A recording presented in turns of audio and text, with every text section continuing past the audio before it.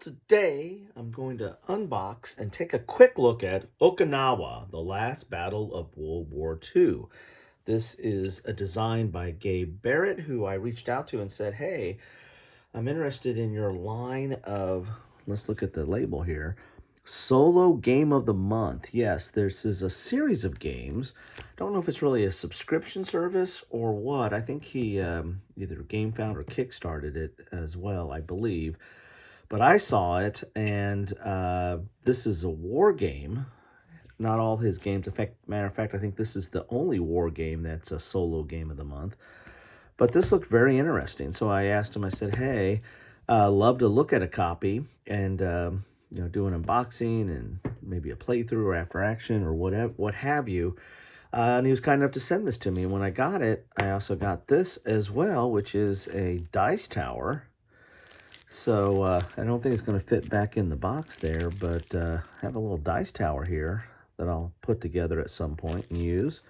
But very cool, and I think that was part of the funding. Again, I can't remember if it was GameFound or Kickstarter, but I think this came as part of the pledge. But enough of that. Let's get to the game, because that's what we want to see, is the game. One player. These are solo. Hey, hence Solo Game of the Month. All right. One player, 40 minutes, age 14 plus. You're on the island of Okinawa, and this is the last battle of World War II. The fighting is intense.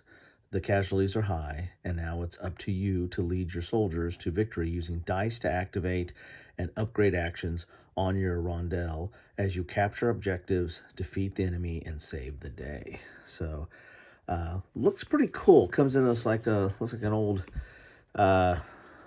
VHS box of sorts, but it's very compact. Kind of like the aspect of that, especially it's just being a solo game. You know, I'm getting ready to go on a business trip soon, and I might just throw that in my briefcase or bag and travel bag and have it ready for me to play on the road. So let's open it up here. We've got, ooh, that's kind of cool. We've got some dice. Dice look cool. I like the looks of the dice. We have some more dice. Those are sixers. These are 10-sided and, 10-sided, red and one black. Very nice. We've got some, got to have a pawn, a blue pawn there. Okay. And we have 2 decks of cards. Gonna need to get into those. We have some baggies. Alrighty. We have some counters. Let's see what we have. Ooh, we have a little bit of something to hold it in place while it's inside that box. There's the rules, and here are the counters. Let's crack open the counters. Normally I do the rules first, but you know what? Let's break tradition and see what we have for us inside this package. Very nice looking package, I have to say. Counters are very good thickness. Nice quality counters there. Ooh, and they come out pretty easy. I was just poked one out.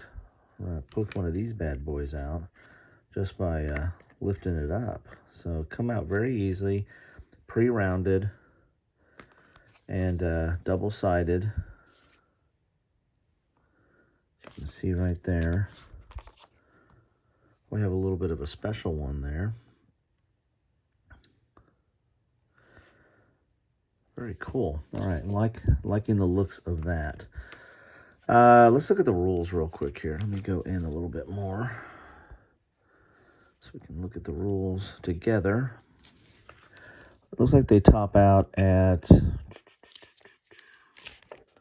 23 pages if you count the back there, which is an icon reference. I like it when they use the back of the rules as a player aid. It's not a waste of space. Here are all the different components, so we can see here. So there are 10 basic action cards, 15 reinforcement actions, 1 supply card, 10 objective cards, 16 known enemy cards, 10 unknown enemy cards. Okay, scenario cards, minefield cards. So It's basically a card game. And then you get the flag token and flag pole. That's kind of cool. So there's the flag pole, and then the flag goes up the... Oh, that's cool. Kind of interesting. Okay. Winning and losing, playing the game, objective of the game. Very nice. So the cards themselves looks like they're probably the train that you're moving on or negotiating. There is some imagery and images and examples in here, but a lot of text. But again, smaller pages. And it's only what 22, only 23 pages.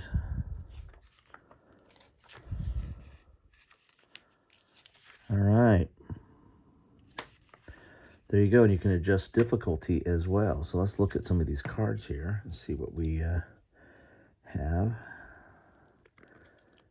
There we go. Got it started. Got it started.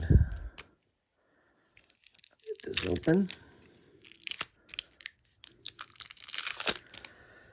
So we have capturing objectives. So this looks like it's like a player aid here. Little reference cards. Very cool. I've got a lot of different cards here. These look like enemies. I like the art. It's not quite cartoonish, but I like it. I like the look and the feel of that art. Some minefields. Looks like these are hidden enemies or unknown enemies, maybe with the question mark there. Ooh, it does not look good with the sniper. Very cool. There's a lot of notes on the back. Got to figure out what that is, but I like the looks of this. There is a lot of icons, but I think once you look at the reference, it shouldn't be that hard to figure out what's going on there. We got another one of these. Let's get this started here. So if you played this, or if you played any of the solo game of the month, let me know what you think about them. But especially if you played this one, I think I've only seen one video on this. Some snipers there.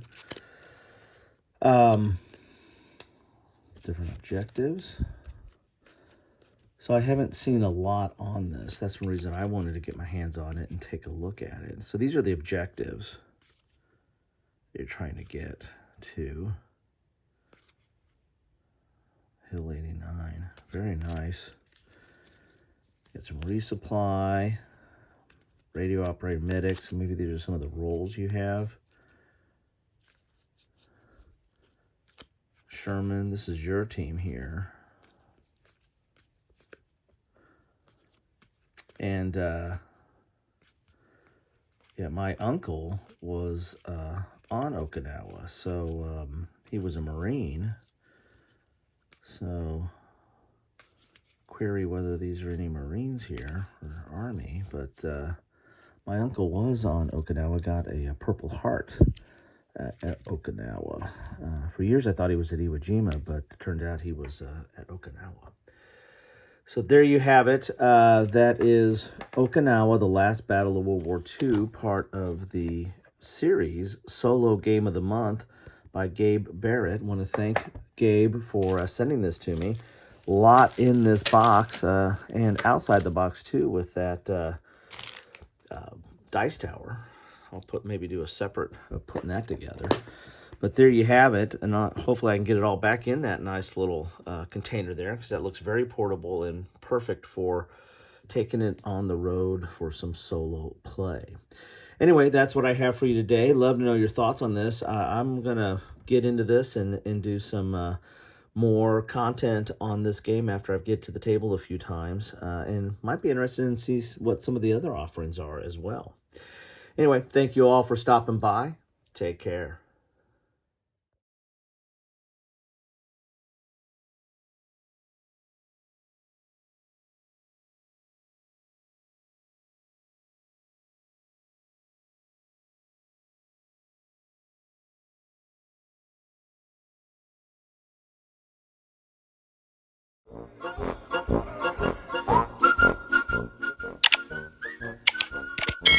Thanks for watching.